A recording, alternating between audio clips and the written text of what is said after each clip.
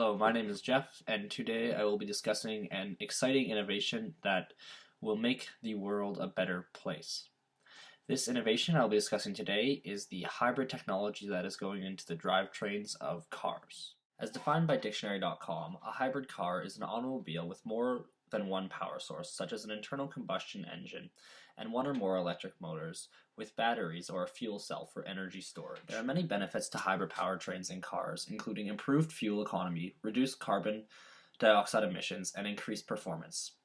Depending on what automakers are attempting to achieve, hybrid vehicles may be set up in a number of different configurations. In 2014, three of the world's premier auto manufacturers released new hypercars: the Ferrari LaFerrari, the McLaren P1, and the Porsche 918 Spyder. All three of these hybrid vehicles replaced previous combustion-only cars at the top of these manufacturers' ranges. The LaFerrari combines a 6.3-liter V12 internal combustion engine producing 789 brake horsepower and 700 Nm of torque with a 161 brake horsepower KERS unit for a total of 950 brake horsepower and over 900 Nm of torque. The kinetic energy recovery system, KERS unit, charges high-density battery packs, which, in combination with an electric motor, is able to produce a burst of power for the car. This combination allows the LaFerrari to go from 0 to 100 km an hour in less than 3 seconds with a top speed of over 350 km an hour, all while only producing 330 grams of carbon dioxide emissions per kilometer. In comparison, the slower, less powerful predecessor, the Ferrari Enzo, produces 545 grams per kilometer of CO2 emissions. The McLaren P1 combines a 3.8-liter twin-turbocharged V8 petrol engine producing 727 brake horsepower and 719 Nm of torque, with an electric motor producing 176 brake horsepower and 260 Nm of torque, for a total of 903 brake horsepower and 978 Nm of torque. The electric motor torque fills the gaps in the petrol's motor curve. Additionally, the P1 can drive in 100% electric mode, producing zero carbon dioxide emissions. The P1 will go from 0 to 100 in 2.8 seconds and has a top speed that is electronically limited to 349 km an hour.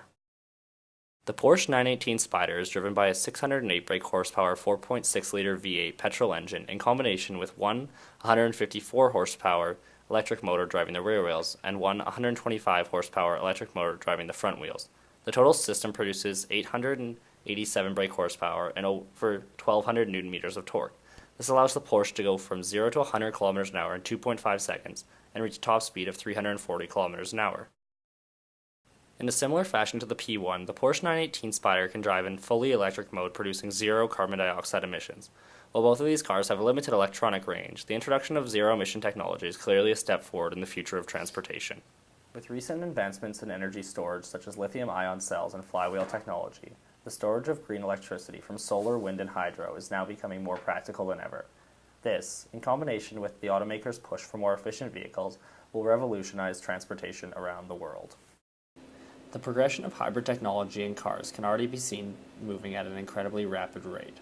Just last week at the Geneva Motor Show, Koenigsegg, a Swedish car manufacturer, released the Koenigsegg Regera, an 1800 brake horsepower car with no traditional gearbox, but instead a direct drive system using a hydraulic clutch. This direct drive system allows the electric motors to work more efficiently with the petrol engine of the car. This increases the car's acceleration, top speed, and fuel economy. While many of us will never be able to drive one of these cars, the impacts of high-end development trickles down into the average consumer car. From the small hybrid hatchback Toyota Prius to the fully electric Tesla Model S, new drive technology is becoming increasingly available to consumers. This progression is absolutely necessary if we wish to continue to enjoy automobiles as we do today. The Earth has a finite amount of oil and gas resources that mankind can draw on, meaning petrol-based cars will only be practical for a short period of time into the future. As society's technology develops, we are able to recreate the excitement and passion of our old cars in a more sustainable way. There is a reason we no longer ride in horse-drawn carriages.